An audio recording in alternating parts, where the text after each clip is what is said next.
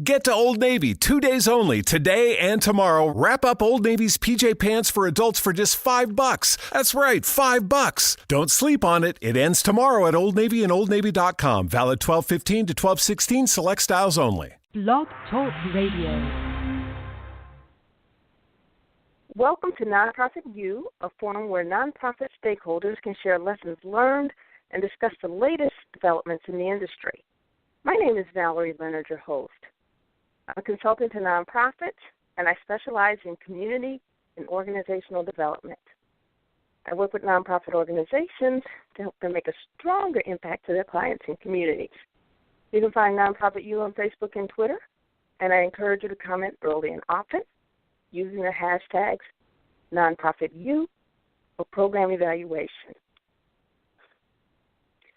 You can also leave comments on blogtalkradio.com/nonprofit_U. The chat room is open, and you can post comments and questions. In order to use the chat room, you must open a listener-only account. You can find the link to open the account on the episodes page. You can also email me questions at consulting@valeriefleonard.com or send messages to Facebook and Twitter. You'll find a Nonprofit U fan page on Facebook, and the Twitter account is @NonprofitU. We'll be taking questions by phone and from a chat room at about the 20-minute mark.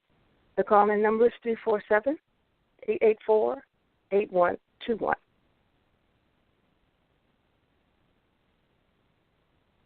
Today's episode is Measuring Success, Nonprofit Program Evaluation. Most people would agree that program evaluation is important, but in practice, many emerging organizations don't do it at all. In some cases, managers are so busy running programs and trying to find resources to keep them going that they find it difficult to find the time to reflect. In other cases, there's no funding to pay an outside evaluator, and still others find the whole process to be a mystery. In the meantime, it's a hit or miss in providing programs that are relevant to the community and also attractive to funders. We'll talk about the most common types of evaluation, why they're important, what to do when there's no funding for evaluation, and how the information may be used to strengthen programs. Again, we encourage you to call in with questions and participate in live chats at about the 20-minute mark. The call-in number is 347-884-8121. Nonprofit professionals and educators are especially encouraged to call in and share your war stories and strategies. Again, you're listening to Nonprofit U, and the call-in number is 347-884-8121. So we've got a lot of ground to cover, and I just want to give you an overview of what to expect, and then we'll go right into the discussion. So we'll talk about the definition of a program evaluation, why they're important. We'll talk about the process itself, and then we'll talk about the relationship between program development, developing your program logic model, and the evaluation process and program marketing. And then finally, we'll talk about evaluation planning. So what is a program evaluation? And program evaluation means many things to many people. And in a nutshell, it's basically looking at programs to see if they're effective, see if they're working. And, if you want to get technical, it's a systematic method for collecting, analyzing, and using information to answer basic questions about projects, policies, and programs. Some people, if they have funds, they will actually hire someone to do this, but you don't necessarily have to have an outside evaluator. If you have the resources internally, and when I say resources, I'm talking about people who are willing to do the work, you can actually do it internally. You can have your board to do it. You can have people on your staff to do it. So there are two basic types of evaluations, and the first type is a process evaluation. And a process evaluation is basically looking at the processes of the program. So it's looking at the nuts and bolts and how the program is actually delivered, when the program activities occur, where they occur, who delivers them, if there are any kinks in the process at all. And it basically asks and answers the question, is the program being delivered as intended? It can be used to measure operational efficiencies and recommend more streamlined processes and cost savings. For example, removing duplication in the organization or program structure. So, or, streamlining the program. There's some programs we might use 5 steps, and then if we do a diagram and we find out that there's duplication, we can eliminate 1 or 2 steps and save time and save money. So there's another common type of evaluation, and that's outcome evaluation. And outcome evaluation is basically focusing on what the impact of those activities have been. Most importantly, they're looking at how it's impacted the clients as well as the community. So, for example, in an exercise program, a short-term outcome would be a change in knowledge about the health effects of exercise, or it could be a change in exercise behavior. Over the long term, you would expect things like the less likelihood of people dying from heart disease or losing weight, having better blood pressure counts.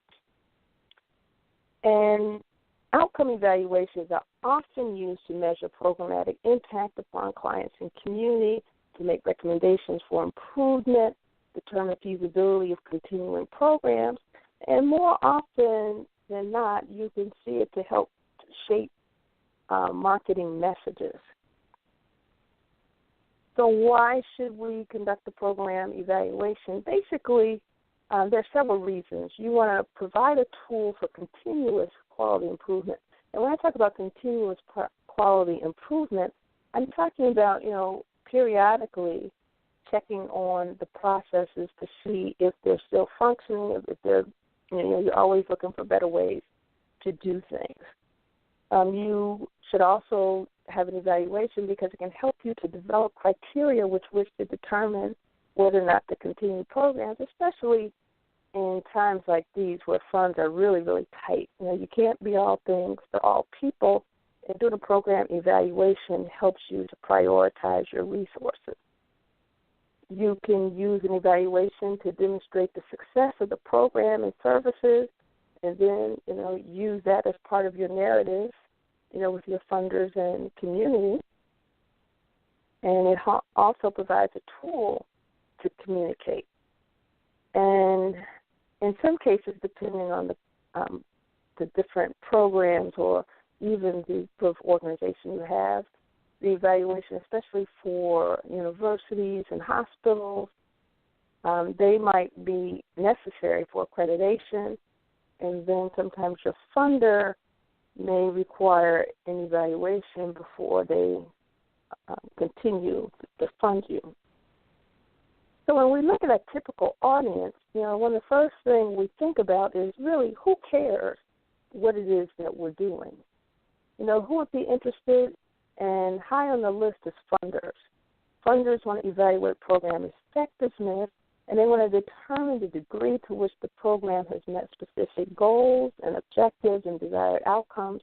And usually all of that stuff is negotiated up front, and the evaluation basically confirms, whether or not you've been able to meet your end of the bargain. And then sometimes the evaluations give us information. We may not necessarily have the strongest program, and the information that we get back can help us to strengthen them. And that's part of their role. If you're on a board, part of your fiduciary responsibility is to make sure, one, that the funds are handled as they should, but another part of your duty is to evaluate different programs to see if they are within your mission, see if the resources are being used effectively. Program managers care about evaluation because, again, they want to know if what they're doing is effective. Sometimes we feel in our hearts that what we're doing is effective, but the data may tell us otherwise. But you never know sometimes unless you actually do the evaluation. If you're a program manager, the evaluation can help you make more informed marketing as well as business decisions. Decisions as to, how many more resources to bring on, such as human resources or other tools that you need to do your job. If you are an existing or potential client, it helps you to differentiate the organization's services in the marketplace, because there are some communities where you have, just an overflow of service. You might have too many services, and, at that point you really become focused on quality. What makes this program different? Why should I use this program? And then evaluation, reading those results can really make the difference in what program you choose.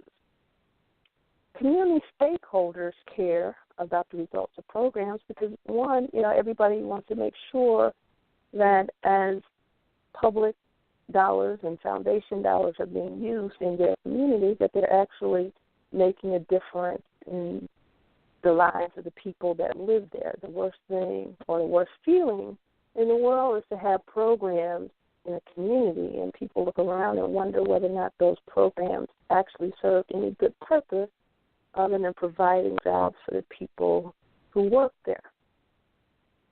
And then potential donors, they want to know what the evaluation says because it helps them to decide, where they could put their limited dollars. Other organizations care because, one, when they're partnering, they want to make sure that they're partnering with people who are solid. They're solid performers.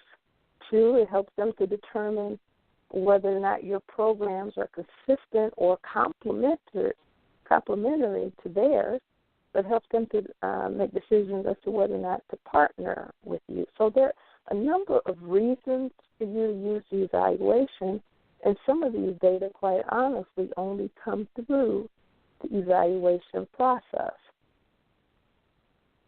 So one of the first things you need to do in order to get prepared for an evaluation process, long before you prepare for the evaluation process, you really need to develop a solid program. And in order to develop a solid program, you need to conduct a community needs assessment.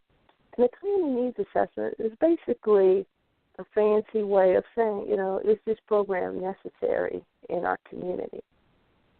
Especially, some communities like mine, there are literally hundreds of organizations. And then sometimes, you have to wonder, is it necessary to have all of these programs? Or is there some way these organizations can work together? Community needs assessment helps you gauge opinion, assumptions, and key issues, and even help you to identify key assets in the community.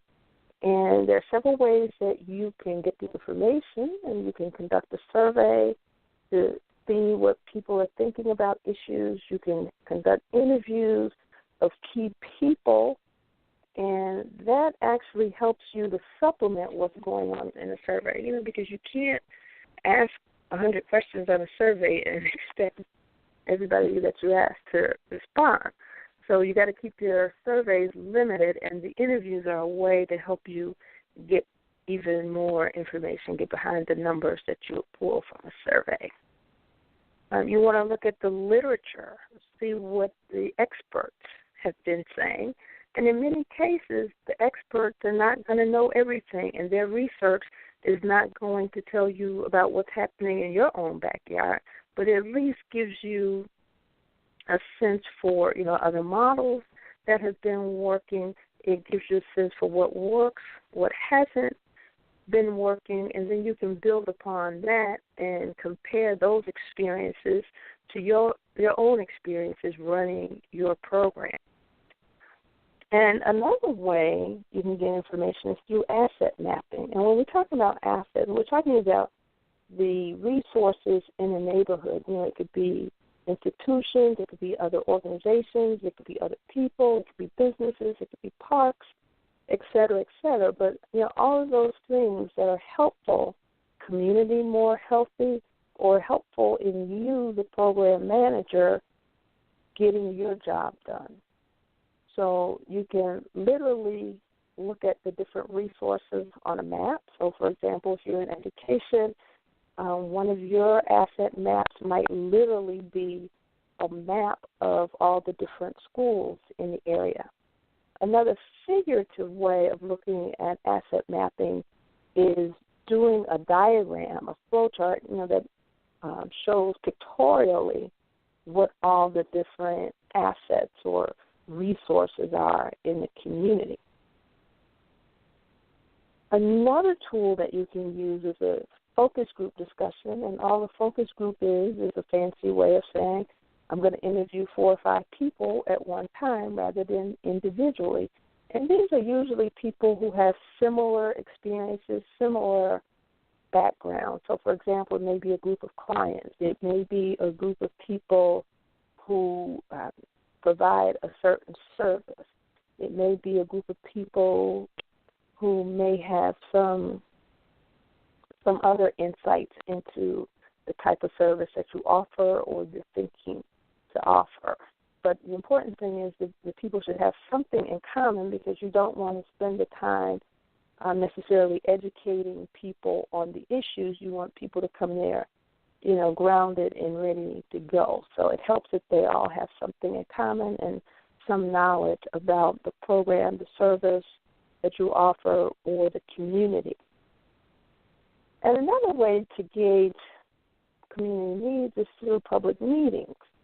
You want to educate the public on an issue or a program, or even get them to help you identify some issues. Sometimes we have a preconceived notion, we do this work, and we think we have all the answers. We think that we have tossed and turned every situation on its head, and we go to a public meeting, and lo and behold, there are about 5 or 6 people who bring up things that you never thought about.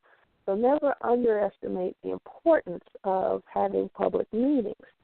So you want to get feedback from people and then use that feedback to develop the recommendation. So your communication needs to be two-way. It's not one way, me, the leader of this organization or running this program, talking to the community, but not listening to what they may have to say. And if you listen carefully, they can tell you some things that can really help you develop market-driven programs and help you keep your programs relevant.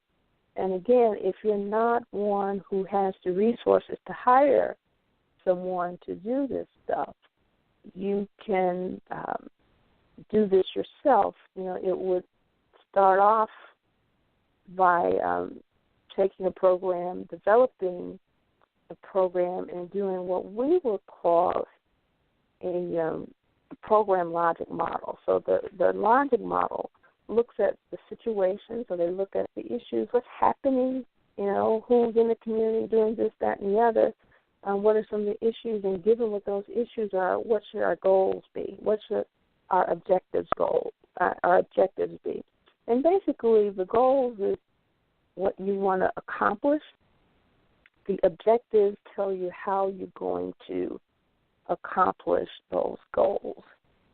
Okay, so are we clear on that? So once you get your program logic model together, you've got your situation analysis, you've got your goals and objectives, then you look at things like, what are the raw materials that I need in order to get this project done or get this program developed. Once I have my raw materials, then I look at what activities I'm going to put in place. And going back to the raw materials, some folks might call those inputs. So those are the things that you need to meet your goals and objectives.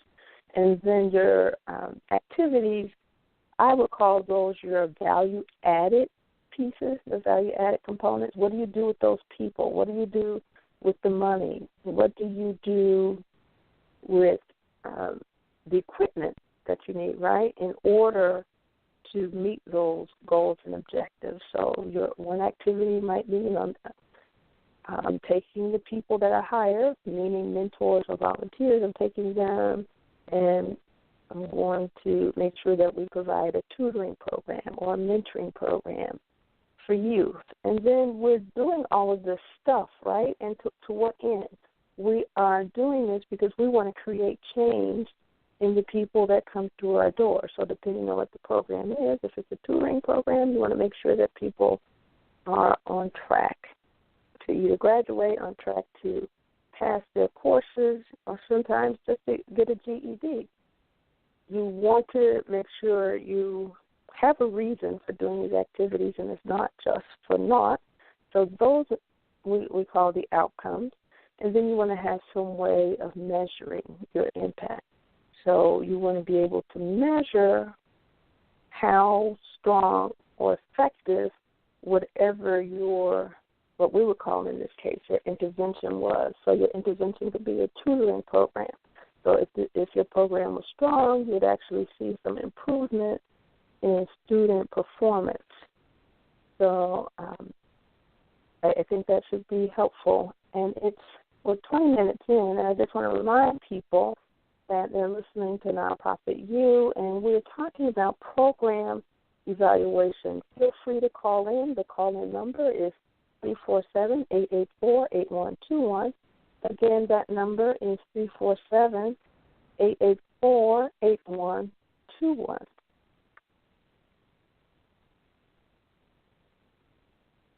So, again, we were just talking about the program logic model. The program logic model is going to be very, very important throughout your program. Your program logic model helps you to actually develop a proposal before you even develop the program. The program logic model, helps you really, think about your program, why you're doing it, how you're going to do it, and how you measure your effectiveness. One of the worst positions you can be in, and most of us find ourselves in the worst case scenario, so this is very common. We do a program, but we don't think about how we're going to evaluate it until someone asks us to evaluate it. So ideally, you want to do that evaluation right, as you're planning the program.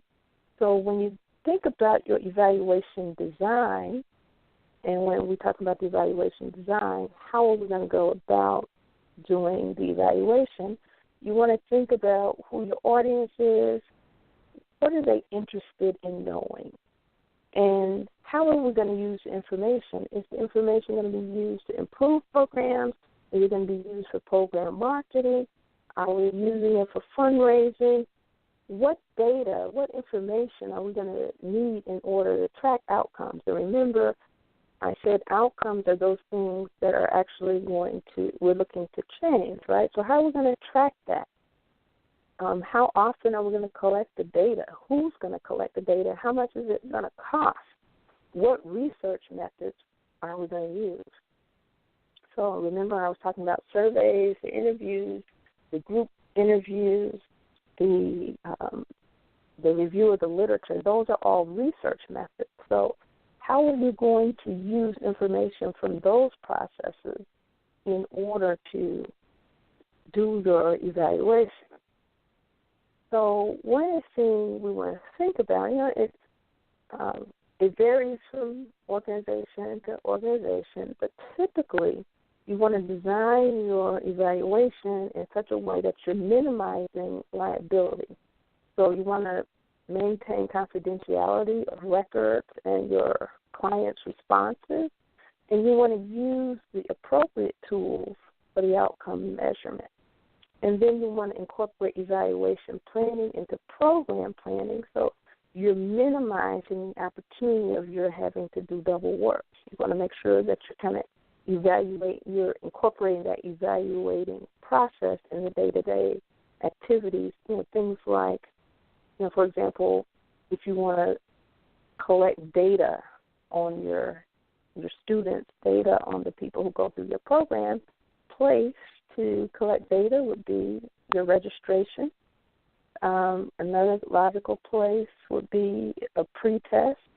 Another logical place would be a post-test. If you're providing workshops, get a sense, make sure you have an evaluation tool to gather data. So you're gathering data all along. You're not waiting a year and say, oh, my goodness, I got to evaluate this program. Where do I find the data? You don't find yourself scrambling. So if you're collecting that data at regular intervals, and you're actually assessing it over time, it doesn't become this thing where you feel like you're caught with your pants down. And then also it makes it easier for you to do this with someone from the inside versus someone from the outside. And when you do your evaluation plan, you want to develop a realistic timeline, and then you want to make sure that you assign tasks to key stakeholders. So, again, you want to start off, saying, well, who do we need to be a part of this process? What are the things that we're trying to find out? What questions do we have? How will we know that we have the answers to those questions? What data will we have? When do we collect it? Who collects it? How will we use it? Budget. You need to, assess how much this is going to cost. And obviously, if you do it internally, meaning that you don't go to the outside, it won't cost as much money as it would otherwise. The only thing it will cost is the time of the people involved, and if you have to make copies, those kinds of things. Whereas if you got a consultant, you have to pay consulting fees that come along with that. And then you want to make sure when you're developing your budget that every major activity in your evaluation plan is accounted for. And, you want to account for every activity in terms of time, when it happens, who's responsible, and then you want to account for every activity in terms of cost. So when we think about the components of an evaluation plan, we really, really want to make sure that we engage stakeholders at appropriate points in the process. So we're going to be looking at, who's going to be impacted by our work. Will it be employees? Will it be our board? Will it be, other folks in the community? Will it be our clients? So who's going to be impacted? And what information can they provide to add value to our process? So everyone is going to come at this work from a different perspective. You want to make sure that you pull valuable insights from all of your stakeholders. And after you develop that program logic model that I was talking about, remember I said that you want to use the program logic model when you're planning your program. And then once the program is implemented, you want to use that to kind of help you stay on track. But then you use the same logic model again in this evaluation process. So you want to determine the purpose and type of evaluation. Is this going to be an outcome evaluation? Is it going to be a process evaluation? Why are we doing it? Are we doing it so that we can make sure that we're using our resources more effectively, or are we doing this so that we can demonstrate how much we have made a difference in the lives of our clients? Are we looking to improve a process or increase the level of impact? So when we look at the data collection, you want to identify the sources of data. You want to select the data collection method. Again, that's through surveys. It could be your registration form, etc. And it's always a good idea, even once you develop your evaluation plan, do a pilot test. You don't want to go a whole year without really seeing whether or not the evaluation process is giving you the data you want. And you don't want to go a year of doing a program without knowing whether or not it's having some impact. So if your evaluation process, you normally want to do it on an annual basis, it makes sense probably to do it within the first 2 to 3 months of your program just to make sure that you're on the right track and you can make corrections. And then you want to analyze and interpret those data. And when I say those data, I'm talking about the program data that you get. You want to ask yourself, what do the data tell us?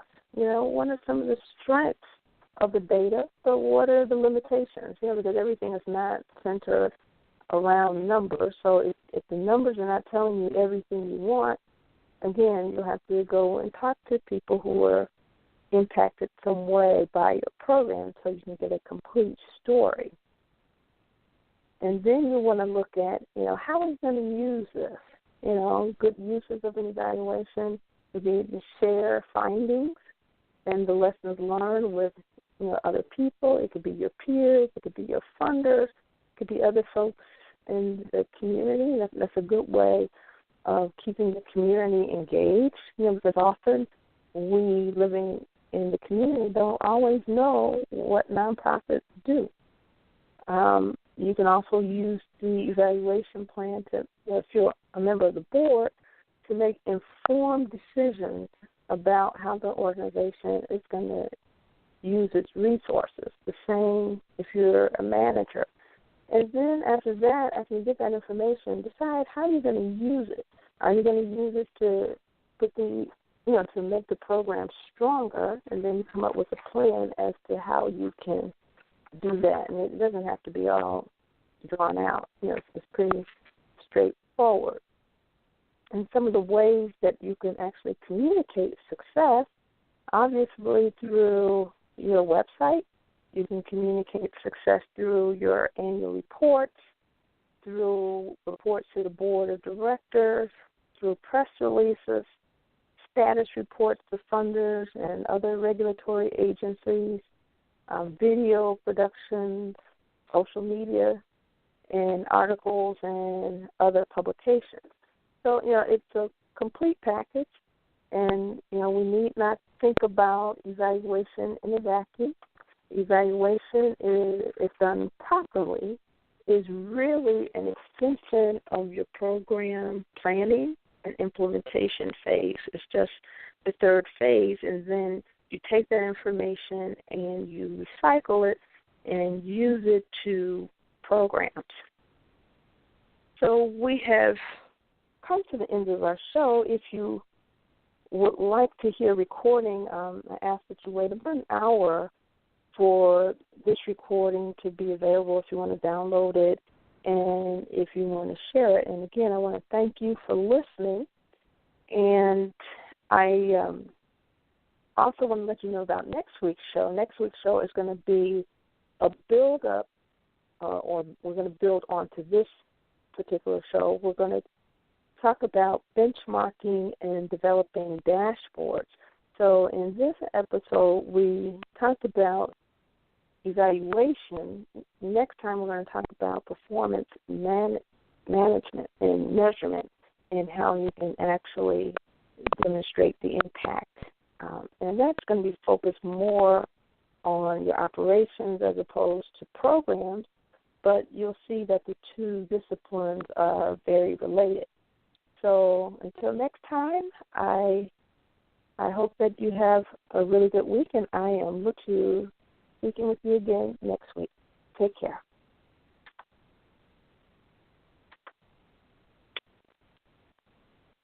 Get to Old Navy 2 days only, today and tomorrow. Wrap up Old Navy's PJ Pants for adults for just $5. That's right, $5. Don't sleep on it. It ends tomorrow at Old Navy and OldNavy.com. Valid 12/15 to 12/16, select styles only. Get to Old Navy 2 days only, today and tomorrow. Wrap up Old Navy's PJ Pants for adults for just $5. That's right, $5. Don't sleep on it. It ends tomorrow at Old Navy and OldNavy.com. Valid 12/15 to 12/16, select styles only.